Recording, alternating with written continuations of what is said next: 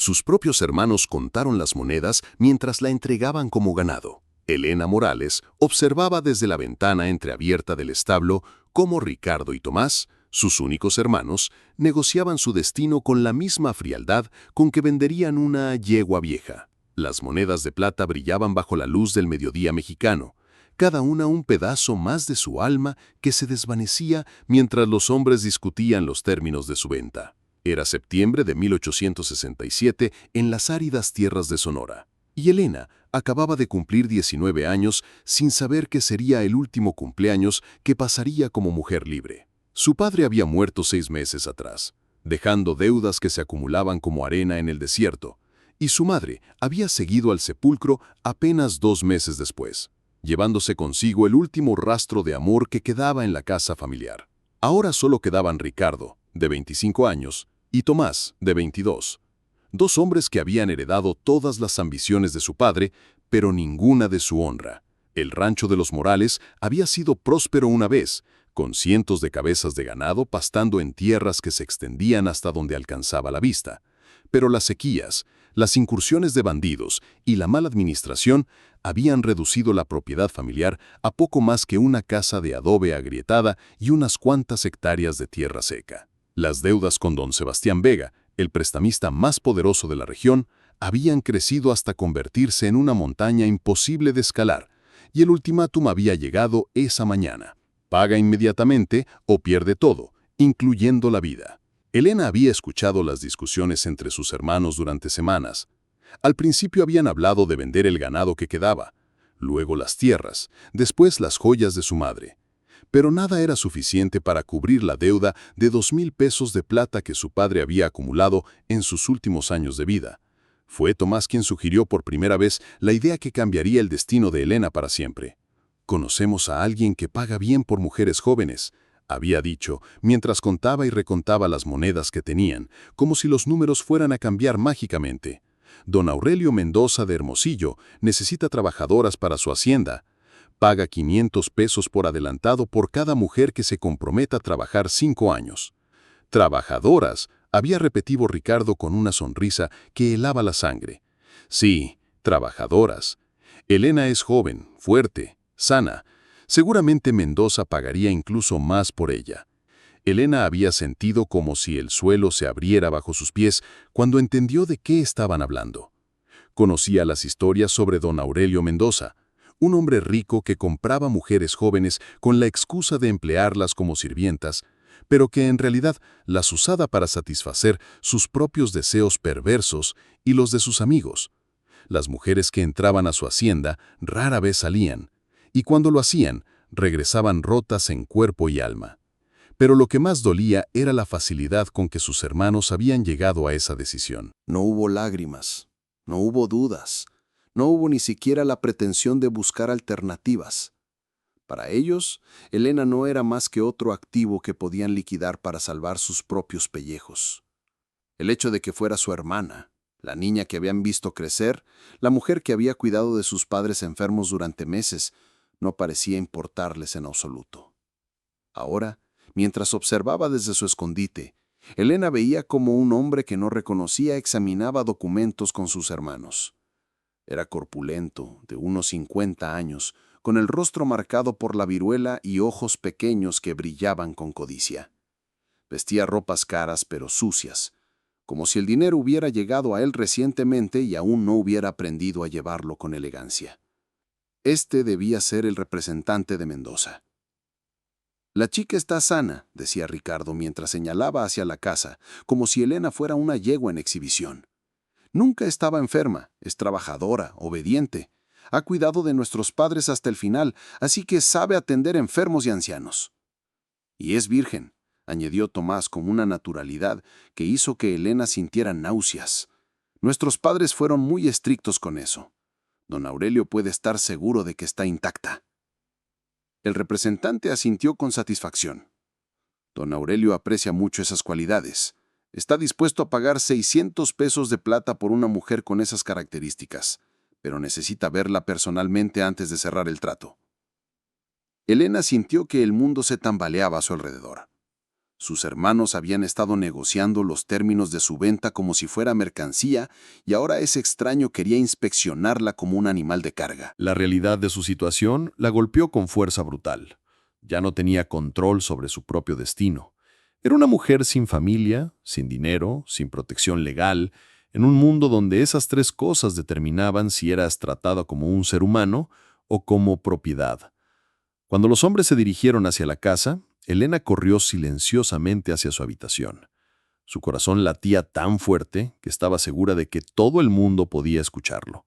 Se sentó en el borde de su cama, la misma cama donde había dormido desde niña, donde había soñado con casarse por amor y tener hijos que crecieran felices y seguros.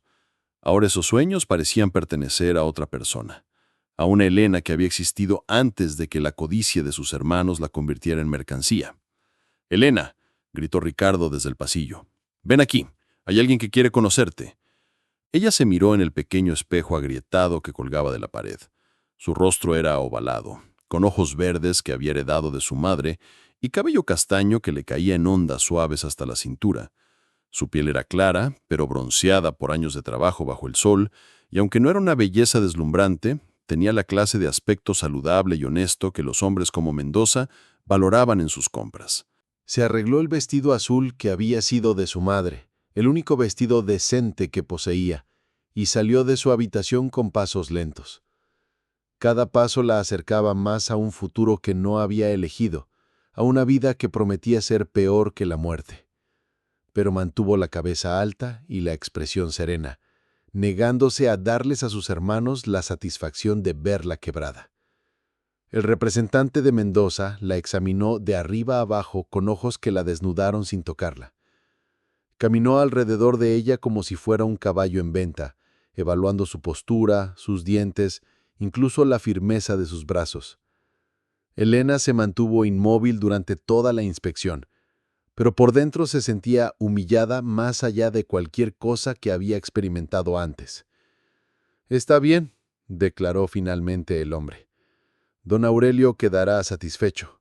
Aquí tienen 600 pesos de plata. La muchacha viene conmigo ahora mismo». «¿Ahora mismo?», preguntó Elena, hablando por primera vez desde que había entrado a la habitación. El hombre la miró con sorpresa, como si no esperara que la mercancía tuviera voz propia. «Las mujeres de don Aurelio no hacen preguntas», dijo con tono severo. «Aprenderás eso rápidamente o lo pasarás muy mal». Ricardo y Tomás ya estaban contando las monedas, sus ojos brillando con alivio y avaricia. No miraron a Elena cuando ella los miró por última vez, buscando algún rastro de remordimiento, alguna señal de que esto les dolía aunque fuera un poco. Pero no encontró nada más que satisfacción por un problema resuelto. «¿Puedo llevar mis cosas?», preguntó Elena con voz apenas audible. «Lo que tienes puesto es suficiente», respondió el representante. «Don Aurelio proveerá todo lo que necesites». Elena entendió que eso significaba que la despojarían hasta de sus pocas pertenencias personales, que la convertirían en una pizarra en blanco sobre la cual escribir una nueva identidad que les conviniera. Sus libros, las cartas de su madre, la pequeña cruz de plata que había sido de su abuela, todo se quedaría atrás.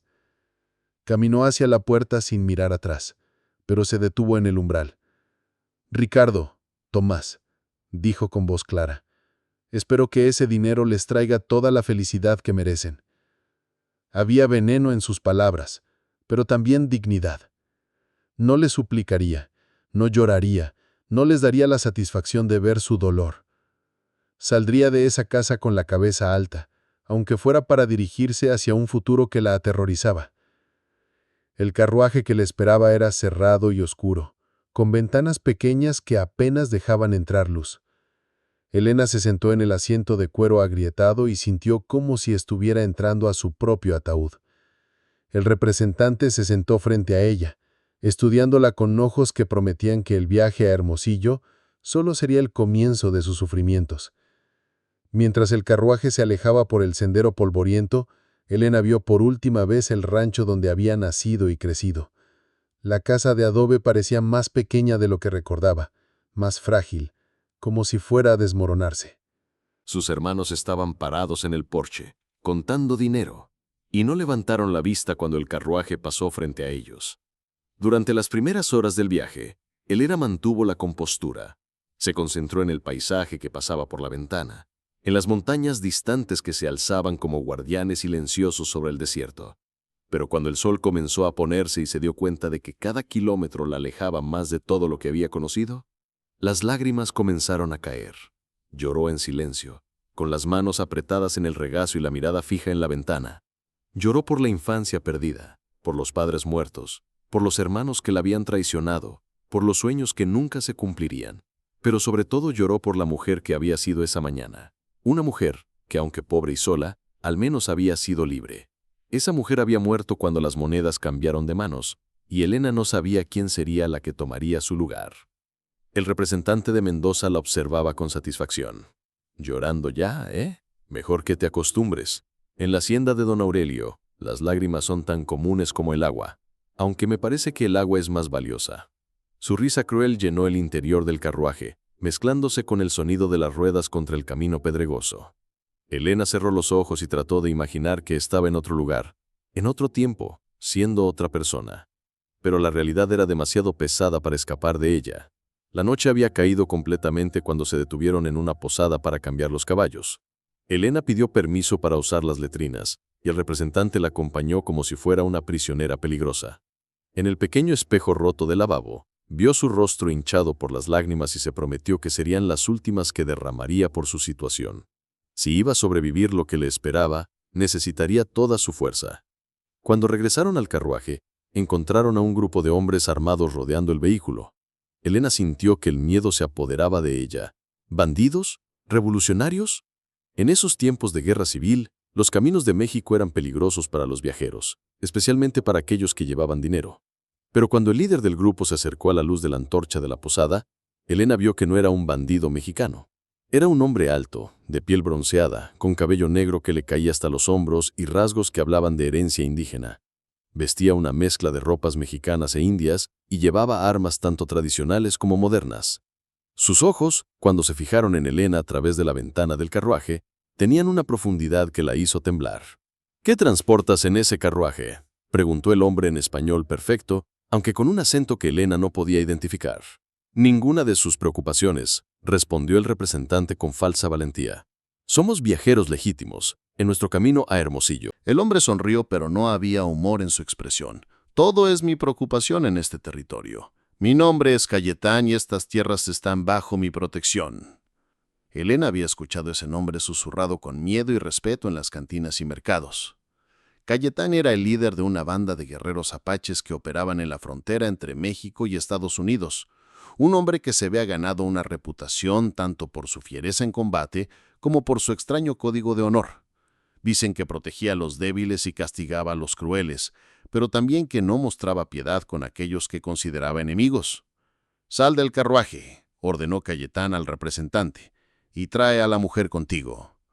Elena sintió que su corazón se detenía. ¿Sería esta una muerte más rápida que lo que le esperaba en la hacienda de Mendoza, o sería simplemente el comienzo de un nuevo tipo de horror?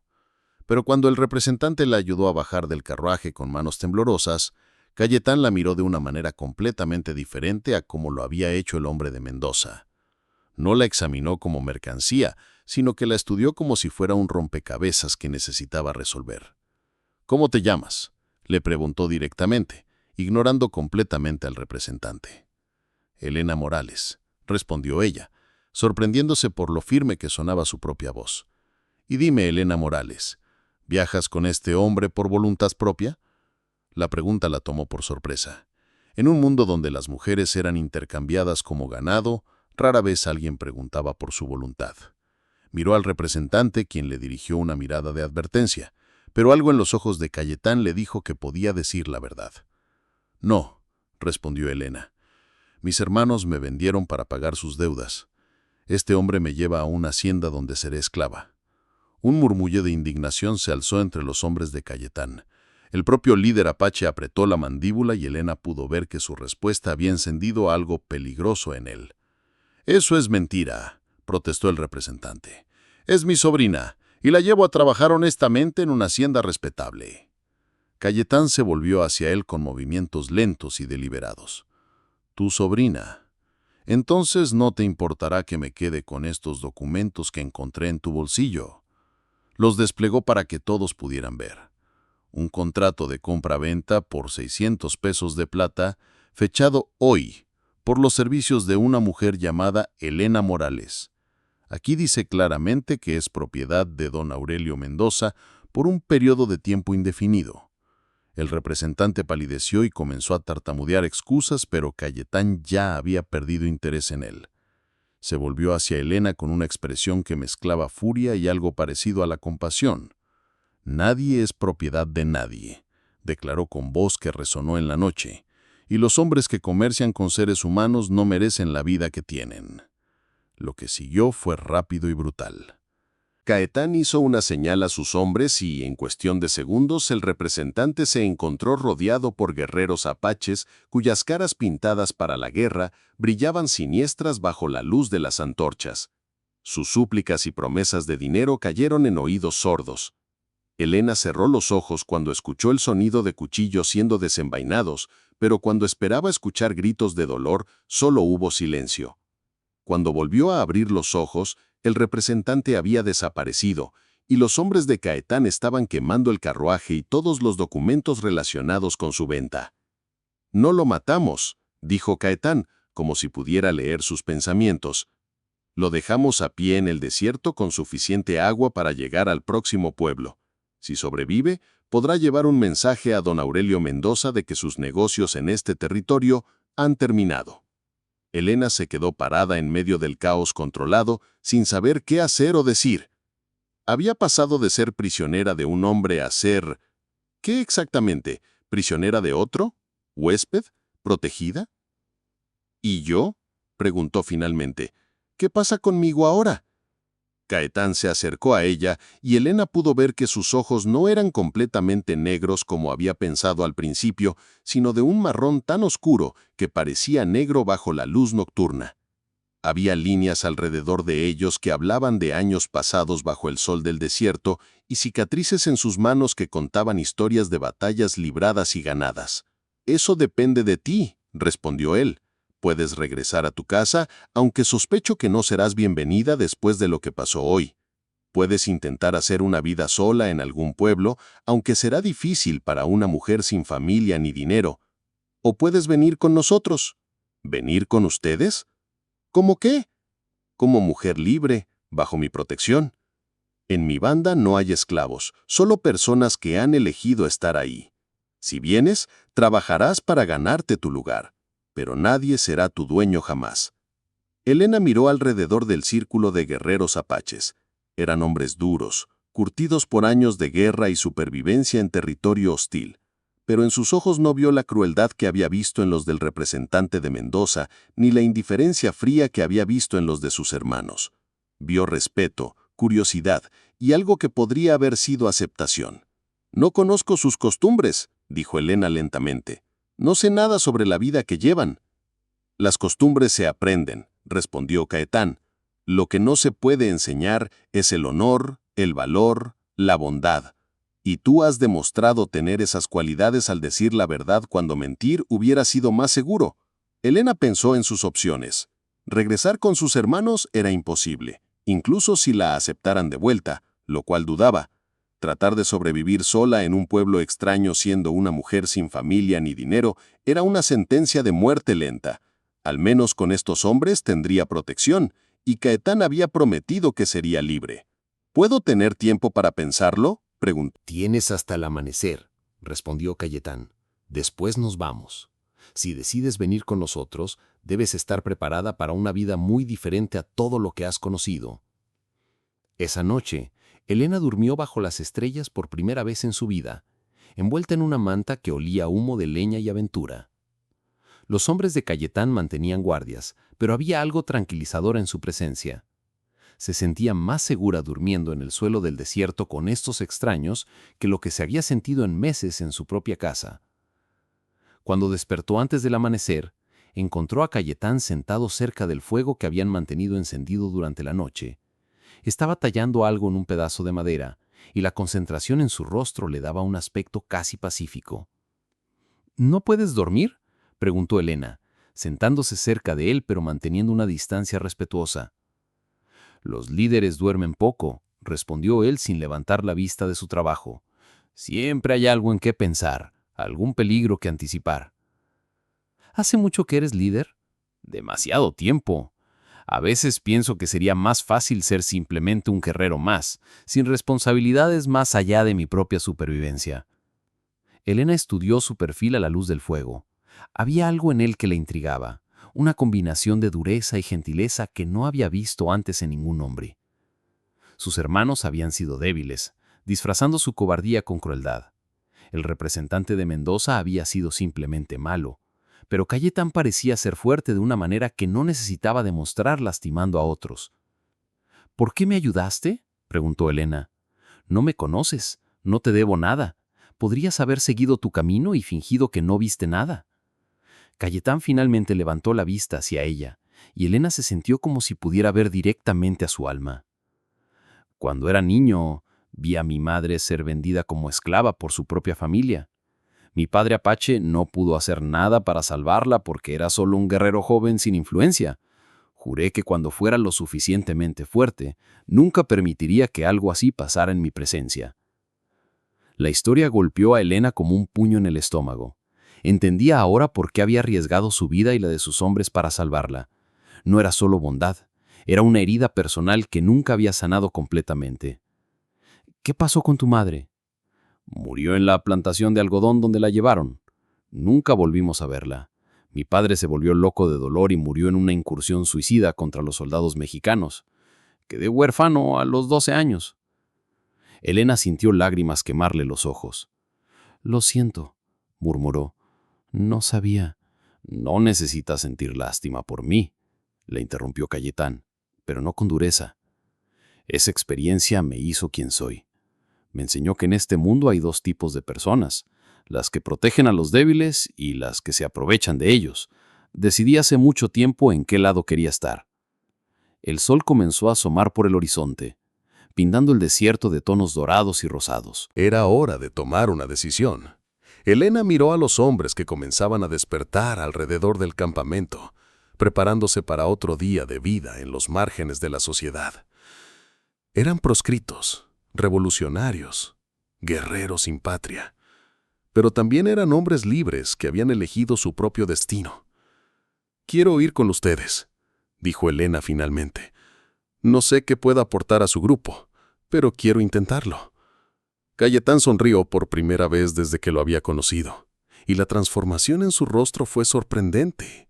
Sin las líneas de preocupación y dureza, parecía años más joven, casi como el niño que había sido antes de que la vida le enseñara a ser un guerrero. «Puedes aportar más de lo que imaginas», dijo él. «En nuestro grupo hay muchos hombres que han olvidado cómo es la vida normal, cómo es tener una familia, cómo es la gentileza. Tú puedes recordárselo». Así comenzó la nueva vida de Elena Morales. Los primeros días fueron una revelación constante. Aprendió que la banda de Cayetán no era simplemente un grupo de bandidos, sino algo más complejo. Eran refugiados, revolucionarios, hombres que habían sido expulsados de la sociedad por diversas razones, pero que habían encontrado una nueva familia entre ellos. Había exsoldados que se habían negado a disparar contra civiles inocentes, apaches que habían perdido sus tribus en masacres del gobierno, mexicanos que habían huido de la injusticia de un sistema corrompido, e incluso algunos estadounidenses que habían cruzado la frontera huyendo de sus propios demonios. Unidos por circunstancias y liderados por Cayetán, habían creado una sociedad alternativa basada en principios de justicia y supervivencia mutua. Elena descubrió que tenía habilidades que no sabía que poseía. Su experiencia cuidando a sus padres enfermos la convirtió en la curandera no oficial del grupo. Su capacidad para coser y reparar ropa la hizo invaluable en un mundo donde todo tenía que durar. Su conocimiento de las costumbres mexicanas la convirtió en una intermediaria útil cuando necesitaban comerciar con pueblos locales. Pero lo más importante era su simple presencia femenina en un mundo dominado por hombres. Elena notó que cuando ella estaba presente, los hombres hablaban de manera diferente. se comportaban con más civilidad, recordaban las partes de sí mismos que habían enterrado bajo años de violencia y supervivencia. Caetán se convirtió en su maestro en esta nueva vida. Le enseñó a montar como apache, abrazada al caballo de una manera que le permitía moverse con el animal en lugar de simplemente sentarse sobre él. Le enseñó a disparar un rifle con precisión suficiente para defenderse. Le enseñó a leer las señales del desierto, a encontrar agua siguiendo el vuelo de los pájaros, a predecir el clima observando las nubes. Pero las lecciones más importantes no tenían que ver con supervivencia física. Caetán le enseñó a ver el mundo de manera diferente, a entender que las reglas que había aceptado toda su vida no eran leyes naturales, sino construcciones humanas que podían ser desafiadas. Le enseñó que una mujer podía ser fuerte sin perder su feminidad, que podía tomar decisiones sin pedir permiso, que podía amar sin someterse. Los meses pasaron como un sueño. Elena floreció en formas que nunca había imaginado posibles. Su piel se bronceó hasta tomar el color del cuero fino, sus músculos se fortalecieron por el ejercicio constante y sus ojos perdieron la mirada temerosa que había llevado durante años. Pero el cambio más notable era en su espíritu. Por primera vez en su vida, se sentía verdaderamente viva. La relación entre Elena y Caetán evolucionó gradualmente de maestro-estudiante a algo más profundo y complejo. Él nunca intentó aprovecharse de su posición de poder sobre ella. Nunca la presionó para nada que no estuviera dispuesta a dar. En cambio, le demostró, día tras día, que podía confiar en él, que la respetaba como persona, que valoraba su mente tanto como cualquier otra cosa sobre ella. Una noche, después de que habían estado viajando juntos durante casi un año, Elena y Caetán se encontraron solos junto a un manantial natural donde habían acampado. Los otros hombres estaban cazando o montando guardia y por primera vez en semanas tenían privacidad real. ¿Alguna vez echas de menos tu vida anterior?, preguntó Caetán mientras observaban las estrellas reflejarse en el agua clara. ¿Echar de menos qué?, respondió Elena con una sonrisa irónica. ¿Echar de menos ser tratada como propiedad? ¿Echar de menos vivir con miedo? ¿Echar de menos no tener voz en mi propio destino? Hizo una pausa, considerando la pregunta más seriamente. A veces echo de menos a mis padres, continuó. Echo de menos la sensación de tener un hogar permanente, una cama propia, la rutina predecible de la vida doméstica. Pero esas son cosas pequeñas comparadas con lo que he ganado. ¿Y qué has ganado? Elena se volvió para mirarlo directamente. He ganado libertad. He ganado respeto. He ganado la capacidad de elegir mi propio camino. Y he ganado algo que nunca pensé que tendría. ¿Qué es eso? Elena sintió que su corazón se aceleraba, pero encontró el valor para decir las palabras que había estado guardando durante meses. He ganado el amor de un hombre que me ve como su igual. Caetán se quedó en silencio durante un largo momento, y Elena comenzó a temer que había malinterpretado sus sentimientos. Pero entonces él se acercó lentamente, dándole tiempo para apartarse si quería, y cuando ella no lo hizo, tomó su rostro entre sus manos callosas. «Y yo he ganado algo que nunca pensé que merecía», murmuró él. «El amor de una mujer que es más valiente que cualquier guerrero que haya conocido». Su primer beso fue gentil, exploratorio. Es una pregunta hecha con labios en lugar de palabras. Elena respondió con una pasión que la sorprendió a ella misma, vertiendo en ese beso todos los sentimientos que había estado conteniendo. Cuando se separaron, ambos temblaban. «Elena», susurró Caetán contra su frente. «Si hacemos esto, cambiará todo. No puedo ofrecerte una vida fácil o segura. No puedo prometerte una casa permanente o hijos que crezcan en paz. Soy un hombre marcado por 2 gobiernos. Un revolucionario sin causa que no sea la justicia. Un apache sin tribu que no sea la que he creado». Elena puso un dedo sobre sus labios para silenciarlo. «No quiero promesas de facilidad o seguridad», dijo con firmeza. «He vivido una vida supuestamente segura y me llevó a ser vendida como ganado.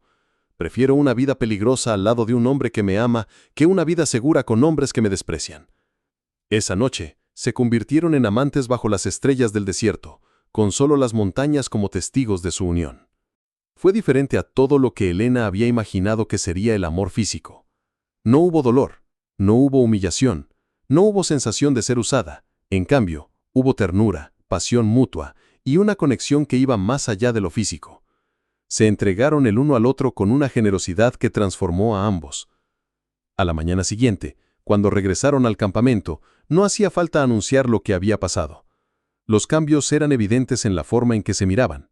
en cómo Cayetán puso su mano protectoramente en la espalda de Elena, en cómo ella caminaba con una nueva confianza. Los hombres de la banda recibieron la noticia con aprobación genuina. Elena ya se había ganado su respeto como miembro valioso del grupo, y veían que la felicidad de su líder solo podía beneficiar a todos. Joaquín, el segundo al mando de Cayetán y su amigo más cercano, fue el primero en felicitarlos oficialmente. Era un hombre mayor, de unos 40 años, con cabello gris prematuro y ojos que habían visto demasiado sufrimiento. Había sido soldado en el ejército mexicano hasta que se negó a participar en una masacre de civiles, lo que lo convirtió en desertor y fugitivo. Me alegra ver que finalmente has encontrado algo por lo que vivir, además de la venganza, le dijo a Cayetán mientras Elena ayudaba a preparar el desayuno. Una mujer como Elena podría domesticar hasta a un diablo. No estoy tratando de domesticarlo, interrumpió Elena con una sonrisa. Me gusta cómo es. Esa respuesta provocó risas y comentarios aprobatorios de los otros hombres. Elena había aprendido a mantener el equilibrio perfecto entre firmeza y humor que le ganaba el respeto sin crear conflictos. Era una habilidad que necesitaría en los meses venideros.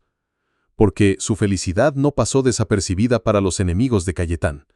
Don Aurelio Mendoza, el hombre que había pagado por Elena y nunca la había recibido, había puesto una recompensa considerable por la cabeza del líder apache y cualquier información sobre su paradero. Cuando llegaron noticias de que Cayetán había tomado una mujer mexicana como compañera, Mendoza vio una oportunidad para la venganza. La primera señal de problemas llegó a través de María, una mujer apache que trabajaba como espía en varios pueblos mexicanos. Llegó al campamento una noche con noticias que helaron la sangre de Elena. «Hay carteles en todos los pueblos entre aquí y Hermosillo», informó María mientras se calentaba las manos junto al fuego. «Ofrecen 1,000 pesos de oro por Cayetán, vivo o muerto. Pero hay algo más, algo específico sobre la mujer mexicana que viaja con él». «¿Qué dicen?», preguntó Elena, aunque temía la respuesta. «Dicen que cualquiera que traiga información sobre una mujer llamada Elena Morales recibirá 100 pesos de plata. Describen tu apariencia con exactitud, incluyendo una cicatriz pequeña en tu mano izquierda que solo alguien que te haya visto de cerca podría conocer». Elena miró su mano instintivamente.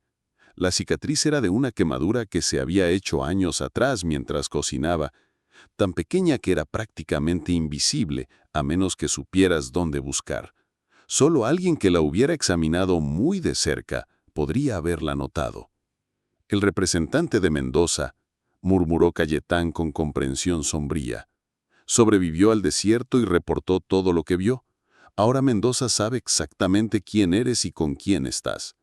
«Esto significa que ya no puedo quedarme con ustedes», dijo Elena, aunque las palabras le dolían pronunciarlas. «Mi presencia los pone en peligro a todos». «No», respondió Cayetán con firmeza. «Tu presencia nos hace más fuertes, y no vamos a dejar que el miedo dicte nuestras decisiones». Pero los carteles cambiaron la dinámica del grupo. Ahora tenían que ser más cuidadosos, moverse más frecuentemente, evitar cualquier contacto con pueblos donde pudiera haber cazarrecompensas. La vida nómada que antes había sido una aventura se convirtió en una carrera constante contra el peligro. Fue durante una de estas huidas que Elena descubrió que estaba embarazada. Los síntomas habían comenzado semanas atrás: náuseas matutinas que atribuía al estrés, fatiga que pensaba era por el viaje constante, cambios en su cuerpo que había ignorado, pero cuando se perdió su periodo por segunda vez, ya no pudo negar la realidad. La noticia llenó a Elena de emociones contradictorias. Por un lado estaba eufórica. Después de años de ser considerada defectuosa por no poder dar hijos a sus hermanos que nunca había amado, ahora llevaba el hijo del hombre que adoraba. Por otro lado, estaba aterrorizada. Traer un niño al mundo en su situación actual parecía el colmo de la irresponsabilidad. Cuando finalmente reunió el valor para decirle a Cayetán, él reaccionó de una manera que la sorprendió completamente. Su rostro se iluminó con una alegría tan pura que la hizo llorar. «¿Un hijo?», susurró, tocando suavemente su vientre a un plano. «¿Nuestro hijo?». «Sí», murmuró Elena. «Pero Cayetán, ¿Cómo vamos a criar un bebé viviendo como fugitivos? ¿Qué clase de vida le daremos? Le daremos la vida que nosotros elegimos darle, respondió él con convicción. Una vida de libertad, de honor, de amor verdadero. Es más de lo que muchos niños reciben, incluso aquellos que nacen en palacios. Esa noche, Cayetán reunió a todos los hombres de la banda alrededor del fuego y anunció la noticia. La reacción fue inmediata y abrumadoramente positiva. Estos hombres duros, curtidos por años de violencia y pérdida, se emocionaron como niños ante la perspectiva de un bebé en el campamento. «Un heredero para nuestro líder», gritó Joaquín, alzando su botella de tequila, «que sea fuerte como su padre y sabio como su madre». Los otros hombres brindaron con entusiasmo y Elena se dio cuenta de que para ellos este niño representaba algo más que solo una nueva vida. Representaba esperanza, continuidad, la posibilidad de que lo que habían construido juntos pudiera durar más allá de sus propias vidas. Los meses que siguieron fueron algunos de los más desafiantes, pero también de los más hermosos de la vida de Elena. Su embarazo progresó sin complicaciones, incluso con el estilo de vida nómada. Los hombres de la banda se volvieron increíblemente protectores, asegurándose de que tuviera la mejor comida, el caballo más gentil, los lugares más cómodos para dormir. Cayetán se transformó durante ese tiempo. Siempre había sido un líder capaz y un compañero atento, pero la perspectiva de la paternidad despertó en él una ternura que Elena no había visto antes. Por las noches, cuando estaban solos, le hablaba al bebé que crecía dentro de ella, susurrándole historias en apache y español, cantándole canciones de cuna que había aprendido de su propia madre antes de que fuera vendida. Pero el mundo exterior no se había olvidado de ellos.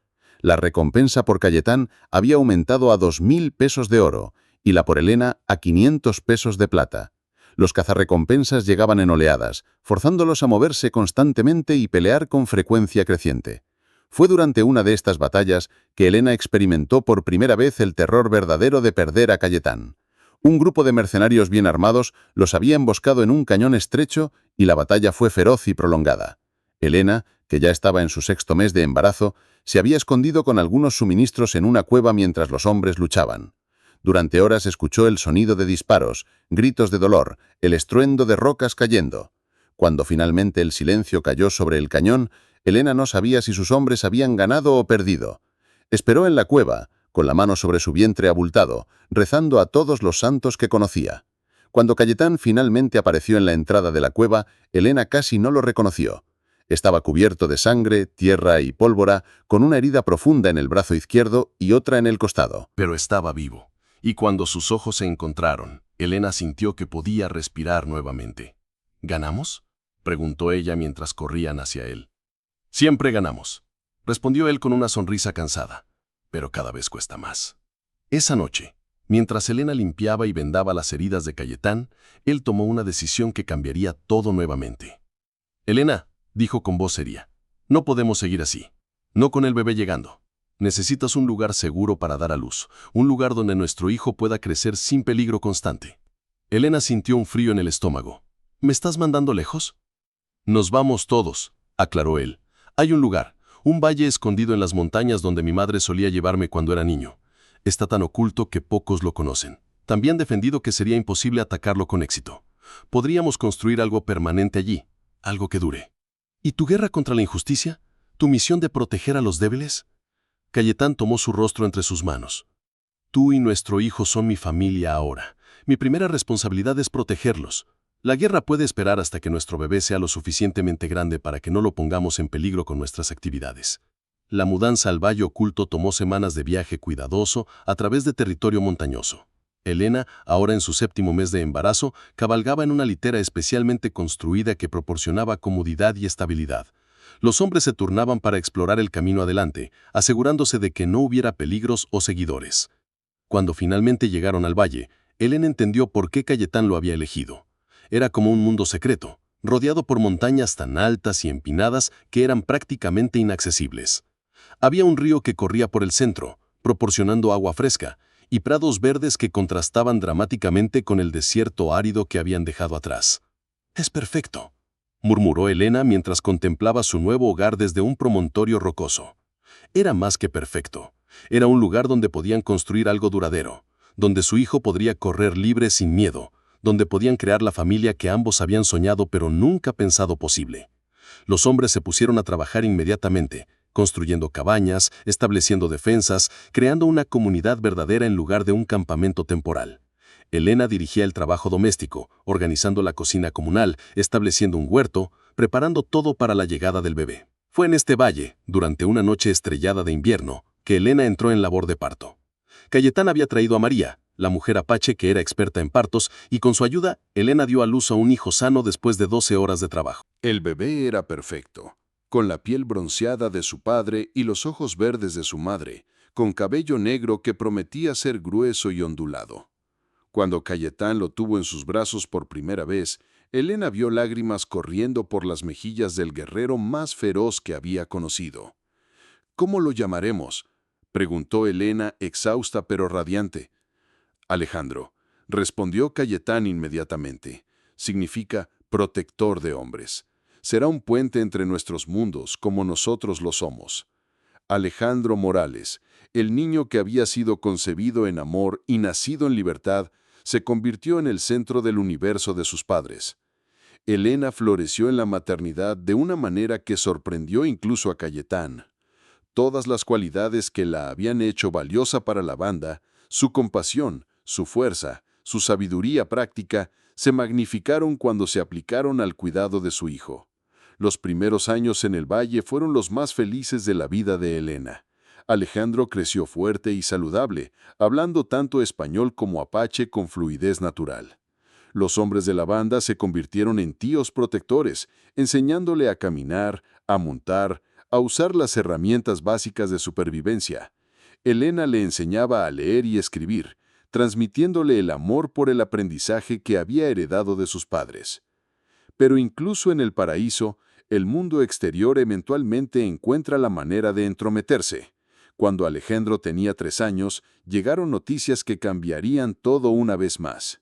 México estaba siendo invadido por fuerzas francesas y el emperador Maximiliano había sido instalado en el trono.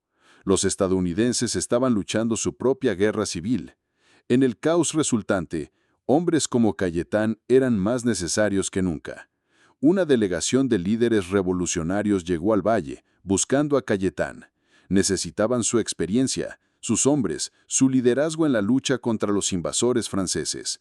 Elena escuchó las discusiones desde la cocina, donde preparaba comida para los visitantes mientras Alejandro jugaba a sus pies.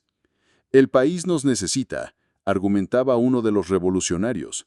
«Los franceses están masacrando civiles, robando tierras, destruyendo todo lo que nuestros ancestros construyeron. Hombres como tú pueden hacer la diferencia entre la libertad y la esclavitud permanente. Tengo responsabilidades aquí, una familia que proteger, una comunidad que liderar. Tu familia estará segura en el valle, pero ¿qué clase de mundo le dejarás a tu hijo si no luchas por su libertad ahora?». Era el dilema eterno del guerrero convertido en padre. Elena sabía que Cayetán estaba desgarrado entre su deber hacia su familia y su deber hacia su país. Esa noche, después de que los visitantes se habían ido a dormir, Elena y Cayetán hablaron hasta el amanecer. «Tienes que ir», dijo Elena finalmente, aunque las palabras le dolían pronunciarlas. «No puedo dejarte, especialmente no ahora». El mundo es demasiado peligroso. El mundo siempre ha sido peligroso, respondió Elena con una sonrisa triste. Pero la diferencia es que ahora tenemos algo por lo que vale la pena luchar. Alejandro merece crecer en un México libre, no en uno dominado por invasores extranjeros. Elena sabía que tenía razón, pero eso no hacía la separación menos dolorosa. Cayetán finalmente accedió a unirse a la resistencia, pero solo bajo ciertas condiciones. Tomaría solo a la mitad de sus hombres, dejando el resto para proteger el valle. Regresaría cada pocos meses para pasar tiempo con su familia, y si la situación se volvía demasiado peligrosa, abandonaría la guerra inmediatamente para proteger a Elena y Alejandro. La despedida fue desgarradora. Alejandro, demasiado joven para entender completamente lo que estaba pasando, lloraba porque su padre se iba. Elena mantuvo la compostura hasta que Cayetán y sus hombres desaparecieron por el sendero de montaña. Luego se derrumbó en lágrimas que había estado conteniendo durante días. Los meses que siguieron fueron los más difíciles que Elena había enfrentado desde su escape de la hacienda de Mendoza. Aunque el valle era seguro y tenía todo lo necesario para sobrevivir, La ausencia de Cayetán creaba un vacío que nada podía llenar. Se mantenía ocupada cuidando a Alejandro, trabajando en el huerto, ayudando a mantener la comunidad, pero las noches eran especialmente largas y solitarias. Las noticias de la guerra llegaban esporádicamente a través de mensajeros y viajeros. Los franceses estaban ganando terreno, pero la resistencia era feroz. Cayetán se había convertido en una figura legendaria, un líder guerrillero cuyas tácticas revolucionarias frustraban a los invasores en cada turno. Pero con la fama venía el peligro, y Elena sabía que cada día que pasaba aumentaba la probabilidad de que Cayetán no regresara. Fue durante uno de sus periodos más oscuros que Elena recibió visitantes inesperados. Sus hermanos, Ricardo y Tomás, aparecieron en el valle acompañados por un pequeño ejército de mercenarios.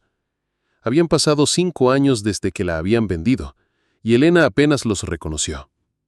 Ricardo se había vuelto gordo y descuidado, con ojos que hablaban de años de beber demasiado. Tomás estaba demacrado, con el aspecto nervioso de un hombre que vivía constantemente con miedo. «Hermana», dijo Ricardo con falsa calidez, «hemos venido a llevarte a casa. Esto ha durado demasiado tiempo». Elena se irguió, con Alejandro pegado a sus faldas y media docena de guerreros apaches flanqueándola. «Esta es mi casa», respondió con firmeza. «No tengo otra». «No seas ridícula», intervino Tomás. «Eres una mujer mexicana decente. No puedes seguir viviendo como salvaje en las montañas con estos apaches». Elena estudió sus hermanos, buscando algún rastro del afecto familiar que una vez habían compartido, pero no encontró nada más que codicia y desesperación. ¿Qué los había traído realmente hasta aquí? La respuesta llegó cuando Ricardo finalmente reveló sus verdaderas intenciones. «Necesitamos dinero, Elena. Las cosas han ido mal desde que se fue papá. Debemos más de lo que podemos pagar y los acreedores están perdiendo la paciencia». «¿Y qué tiene eso que ver conmigo?» «Tu esposo Apache tiene una recompensa considerable sobre su cabeza. Si nos dices dónde encontrarlo, podríamos compartir el premio. Familia, después de todo». Elena sintió como si hubiera recibido una bofetada. Después de 5 años, sus hermanos regresaban no con disculpas o con amor, sino con una traición aún peor que la original. No solo habían venido a capturarla nuevamente, sino que querían que traicionara al hombre que amaba. «Jamás», dijo Elena con voz que cortaba como cuchillo, «antes muerta que traicionar a Cayetán». «Entonces morirás», declaró Ricardo haciendo una señal a los mercenarios. «Pero el niño viene con nosotros. Un hijo mestizo podría tener valor para los compradores correctos». Lo que siguió fue rápido y brutal. Los guerreros apaches que habían quedado para proteger el valle no eran tantos como los mercenarios, pero conocían cada piedra, cada sendero, cada escondite en su territorio. La batalla se extendió por todo el valle, con Elena y Alejandro escondidos en una cueva secreta mientras los hombres luchaban por sus vidas. Cuando finalmente terminó el combate, la mitad de los mercenarios estaban muertos y el resto había huido. Ricardo yacía entre los caídos víctima de una flecha apache. Tomás había escapado, pero gravemente herido. Pero la victoria había costado caro. También perdieron 3 de sus mejores guerreros, incluyendo a Joaquín, el viejo amigo de Cayetán. El Taegui Argüey fue destruido, pero la libertad de Elena había sido pagada con el sacrificio. Como mestiza, sabía que si no visitaba su tierra natal, no podría entrar en sus pensamientos. Elena emergió de la cueva para encontrar su paraíso manchado de sangre. El huerto que había cuidado con tanto amor estaba pisoteado. Las cabañas estaban quemadas. La paz que habían construido estaba destrozada. Pero lo peor era la realización de que ya no estaban seguros. Si sus hermanos habían podido encontrar el valle, otros también podrían hacerlo. Esa misma noche, Elena tomó la decisión más difícil de su vida. Reunió a los guerreros sobrevivientes y les anunció que se iban del valle. No podían arriesgar otra emboscada, especialmente con Alejandro presente. Buscarían a Cayetán y se reunirían con él, sin importar cuán peligrosa fuera la guerra. El viaje para encontrar a Cayetán tomó semanas de búsqueda peligrosa a través de territorio controlado por franceses. Elena había aprendido mucho sobre supervivencia y guerra durante sus años con los apaches, pero viajar con un niño de 3 años añadía complicaciones que ponían sus nervios al límite. Alejandro, sin embargo, demostró tener el espíritu aventurero de sus padres, adaptándose a la vida nómada con resistencia que sorprendía a los adultos. Finalmente encontraron a Cayetán y Él había cambiado durante su tiempo en guerra, más delgado, con nuevas cicatrices, con ojos que habían visto demasiada muerte. Pero cuando vio a Elena y Alejandro, toda la dureza se derritió de su rostro. «Mi familia», murmuró, abrazándolos a ambos contra su pecho. «Pensé que no volvería a verlos». Elena le contó sobre el ataque al valle, la muerte de Ricardo, la traición de Tomás. Cayetán escuchó con expresión cada vez más sombría, entendiendo las implicaciones de lo que había pasado. «Ya no hay refugio seguro para nosotros», dijo finalmente. «Mientras tengamos precios sobre nuestras cabezas, siempre estaremos en peligro». «Entonces terminemos con esto», respondió Elena con determinación que lo sorprendió. «Terminemos la guerra de una manera que nos dé paz permanente». «¿Qué propones?». Elena había estado pensando en esto durante semanas de viaje. «Don Aurelio Mendoza y los franceses son aliados ahora. Si pudiéramos exponer su colaboración, si pudiéramos demostrar que está traicionando a México por dinero francés, podríamos destruir su poder y limpiar nuestros nombres al mismo tiempo». Era un plan audaz y peligroso, pero tenía el potencial de resolver todos sus problemas de una vez. Cayetán había capturado correspondencia que mostraba la colaboración entre varios terratenientes mexicanos y las fuerzas de ocupación francesas. Con la evidencia correcta y los testimonios apropiados, podrían exponer una red de traición que alcanzaba hasta los niveles más altos del gobierno títere de Maximiliano. Los meses siguientes fueron un ejercicio delicado de espionaje y guerra psicológica. Elena, usando su conocimiento de la sociedad mexicana y su capacidad para pasar desapercibida como mujer, se infiltró en círculos sociales donde los colaboradores se reunían. Cayetán y sus hombres interceptaron comunicaciones y documentos que revelaban el alcance completo de la traición. La evidencia que reunieron era devastadora. Mendoza no solo había estado vendiendo información a los franceses, sino que había estado activamente ayudándolos a identificar y arrestar a patriotas mexicanos. Sus haciendas se habían convertido en centros de tortura, donde los resistentes eran quebrados antes de ser ejecutados.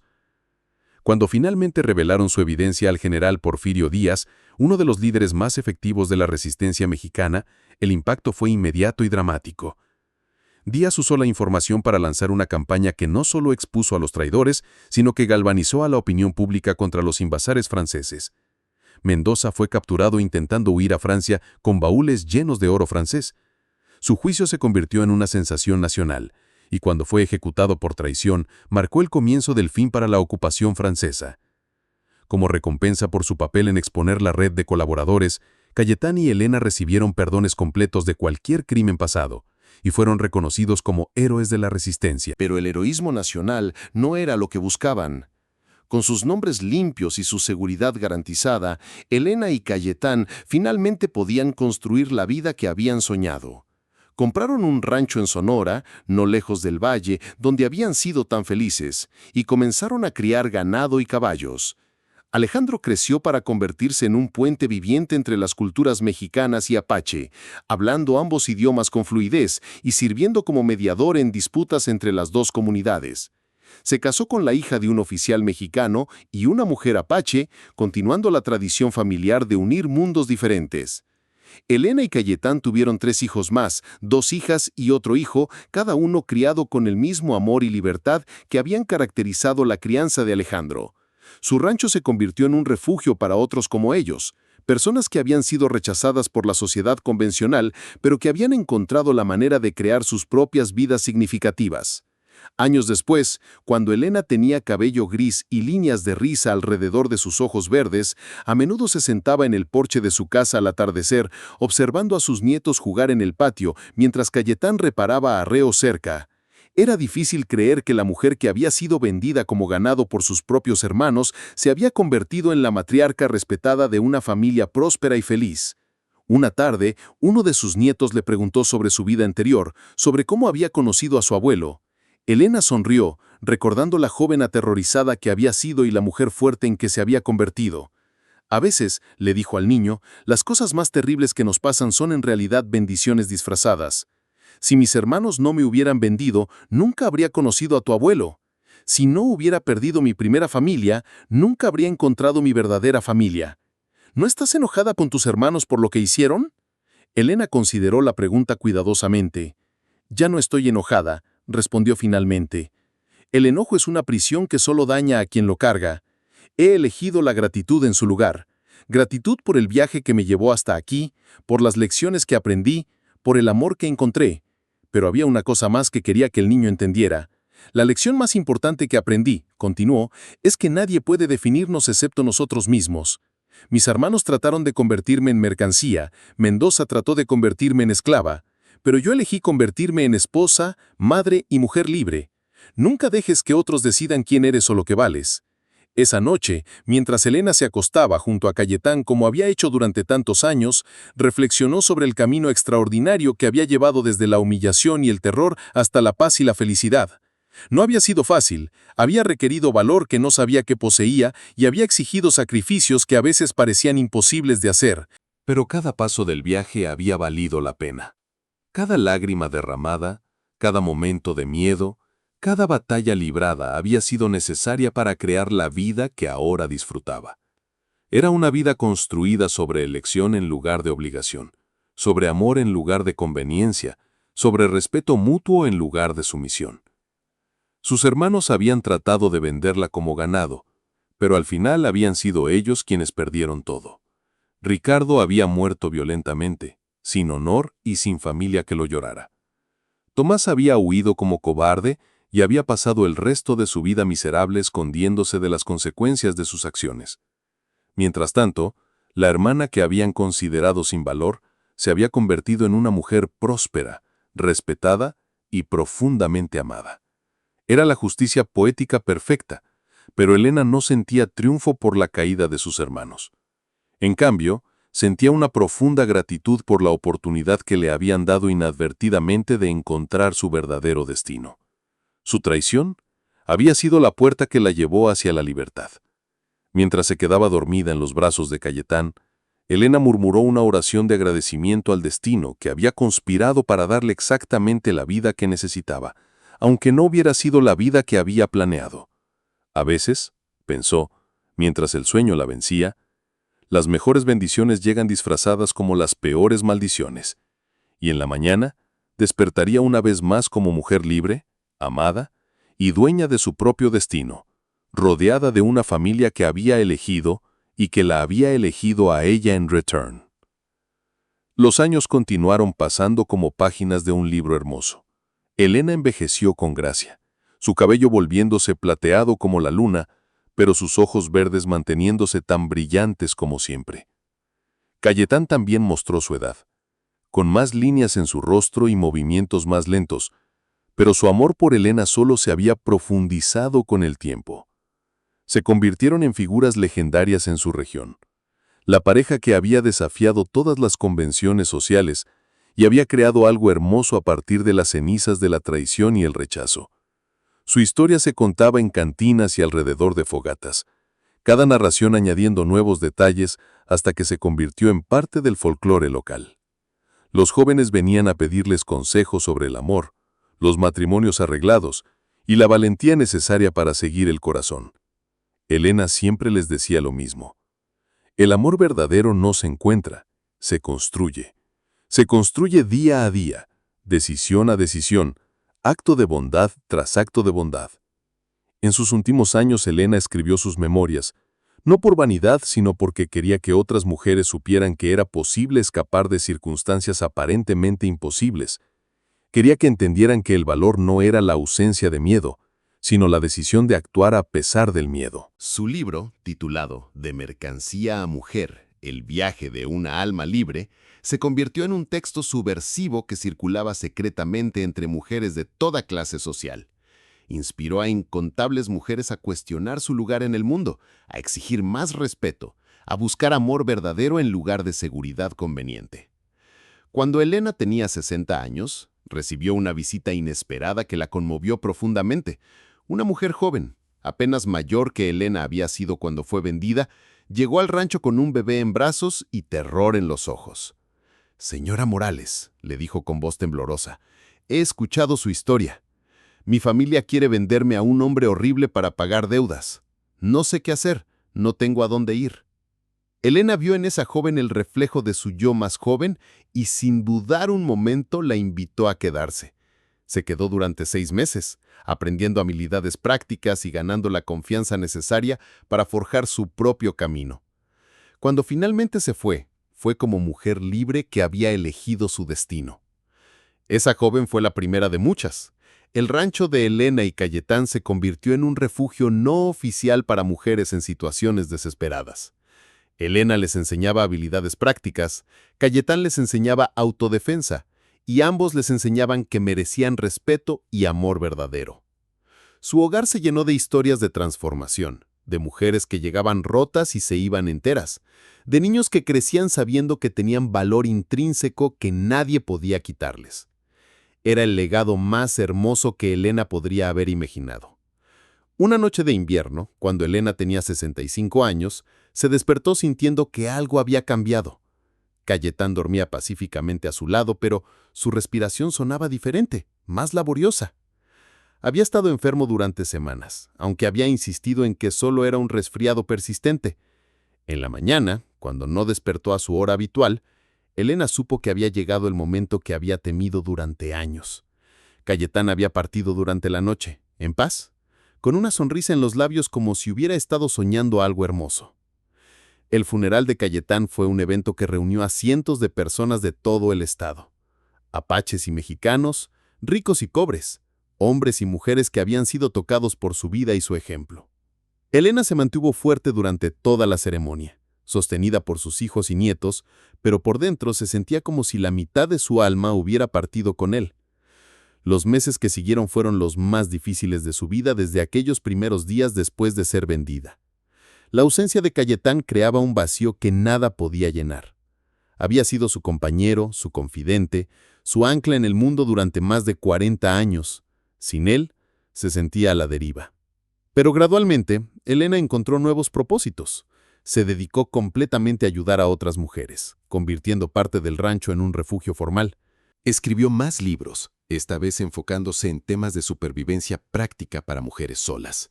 Comenzó a viajar, dando charlas discretas a grupos de mujeres sobre derechos, dignidad y autodeterminación. Su trabajo no pasó desapercibido para las autoridades y en varias ocasiones fue arrestada por incitar al desorden social.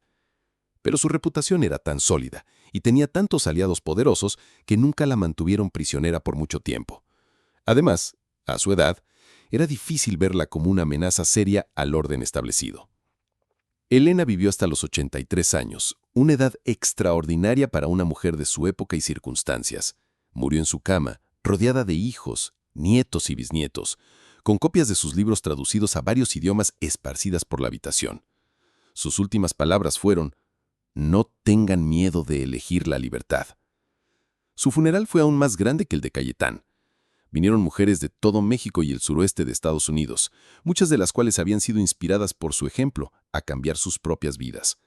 Fue enterrada junto a Cayetán en una colina que daba vista al valle donde habían sido más felices, bajo un árbol que ella misma había plantado décadas atrás. En su lápida, sus hijos inscribieron las palabras que mejor resumían su vida. Elena Morales de Cayetán, de mercancía a mujer libre, que su ejemplo inspira a todas las almas en cadenas. Décadas después de su muerte, la historia de Elena continuaba inspirando.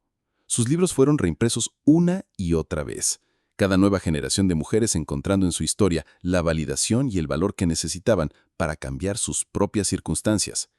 Su rancho se convirtió en un museo y centro de educación sobre derechos de las mujeres. El refugio que había establecido continuó operando, ahora como una institución formal que ayudaba a mujeres en crisis. Su legado vivía en cada mujer que encontraba el valor para decir no a una vida que no había elegido. La historia de sus hermanos también se convirtió en parte de la leyenda, pero como advertencia más que como inspiración. Ricardo, que murió violentamente sin honor, y Tomás, que vivió en el exilio como cobarde y traidor, se convirtieron en símbolos de lo que sucede cuando la codicia supera al amor familiar. Irónicamente, la mujer que habían considerado sin valor se había convertido en una de las figuras más influyentes de su generación, mientras que ellos habían muerto o vivido en la miseria y el deshonor. Era una lección sobre el verdadero valor que resonó durante generaciones.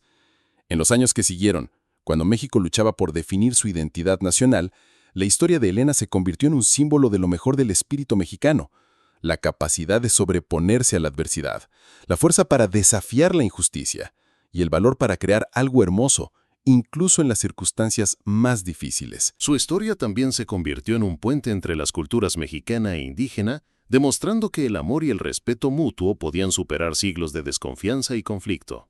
En un país desgarrado por divisiones raciales y sociales, Elena y Cayetana habían demostrado que era posible crear unidad a través del entendimiento. Los académicos estudiarían su vida durante décadas, analizando cómo una mujer sin educación formal o recursos financieros había logrado tener un impacto tan profundo en su sociedad. Algunos atribuían su éxito a la suerte, otros a circunstancias excepcionales. Pero aquellos que realmente entendían su historia sabían que había sido su inquebrantable negativa a aceptar las limitaciones que otros trataron de imponerle lo que había marcado la diferencia. Elena Morales había comenzado su vida adulta como mercancía, sin voz, sin elección, sin esperanza. Había terminado como una fuerza de cambio social, una madre amorosa, una esposa respetada y una inspiración para incontables mujeres. Su transformación no había sido el resultado de magia o intervención divina, sino de la decisión consciente, tomada día tras día durante décadas, de reclamar su propia humanidad. Era una historia de triunfo que trascendía las particularidades de tiempo y lugar. En cualquier época, en cualquier sociedad donde las mujeres fueran tratadas como menos que humanas, la historia de Elena Morales servía como recordatorio de que ninguna persona tenía derecho a definir el valor o el destino de otra. Su legado final no estaba en las estatuas que se erigieron en su honor o en los edificios que llevaron su nombre.